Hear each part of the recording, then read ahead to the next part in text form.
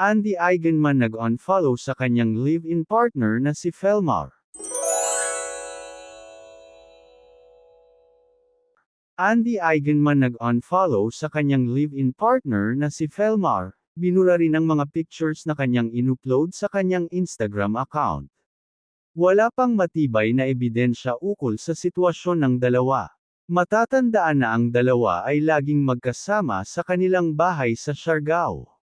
Hindi pa tukoy kung naghiwalay na nga ba ang dalawa. Ano kaya ang dahilan kung totoo man? Abangan natin ang pahayag ng dalawa.